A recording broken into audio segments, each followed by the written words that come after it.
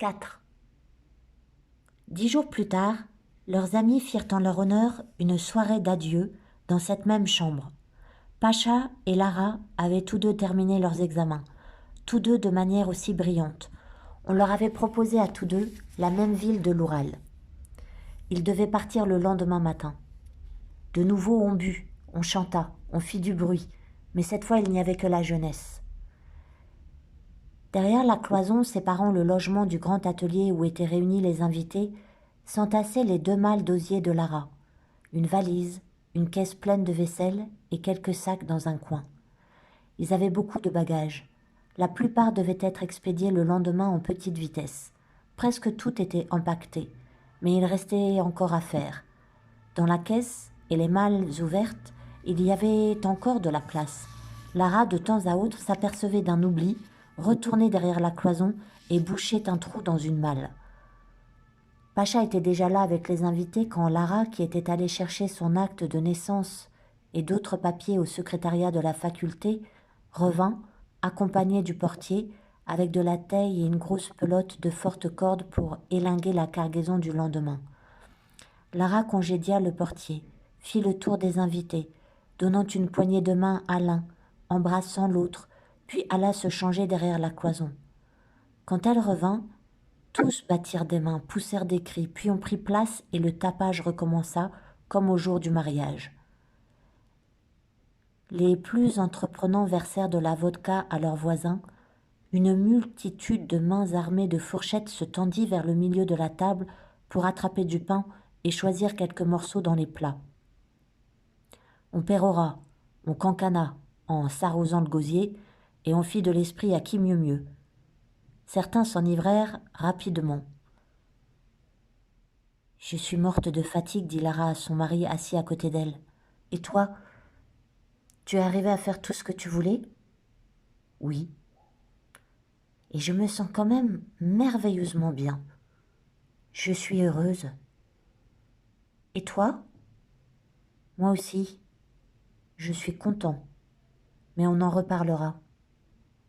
Par exception, Komarowski fut admis à souper avec les jeunes gens.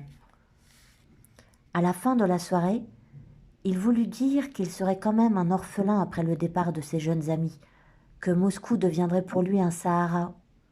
Mais il était si ému qu'il se mit à sangloter et dut répéter en entier la phrase que l'émotion avait coupée.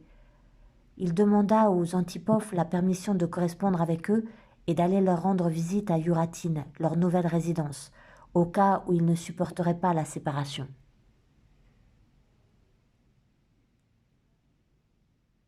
« C'est tout à fait inutile, répondit Lara à voix haute et sans aucun égard. Et puis tout cela est de trop. La correspondance, le Sahara et tout le reste. Quant à aller là-bas, n'y songez pas. Avec l'aide de Dieu, vous ne mourrez pas de notre absence. Nous ne sommes pas une telle rareté, n'est-ce pas, Pacha ? Vous trouverez bien quelqu'un pour remplacer vos jeunes amis. » Et cessant de penser à son interlocuteur et à ce qu'elle lui disait, Lara se rappela tout à coup quelque chose et se leva à la hâte pour aller à la cuisine. Là, elle dévissa le hachoir à viande, enfourra les différents éléments dans la caisse à vaisselle en les calant avec du foin et faillit se piquer la main à un éclat de bois. Durant cette opération, ses invités lui étaient sortis de l'esprit. Elle avait cessé de les entendre quand un redoublement de vacarme de l'autre côté de la cloison les rappela brusquement à son souvenir.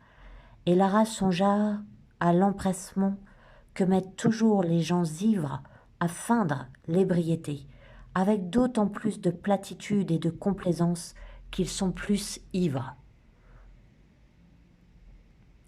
À ce moment-là, un bruit particulier, tout différent des autres, lui parvint par la fenêtre ouverte et attira son attention. Elle écarta le rideau et passa la tête au dehors. Dans la cour, un cheval entravé déambulait en clopinant. Lara ne savait à qui il appartenait. Il s'était sans doute égaré. Il faisait déjà clair, mais on était encore loin du lever du soleil. La ville endormie, abandonnée semblait-il de toute vie, baignée dans la fraîcheur gris-mauve de l'heure matinale. Lara ferma les yeux.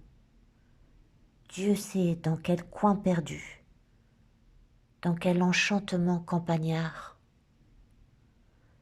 la transporta ce bruit de sabots ferrés si particulier, unique.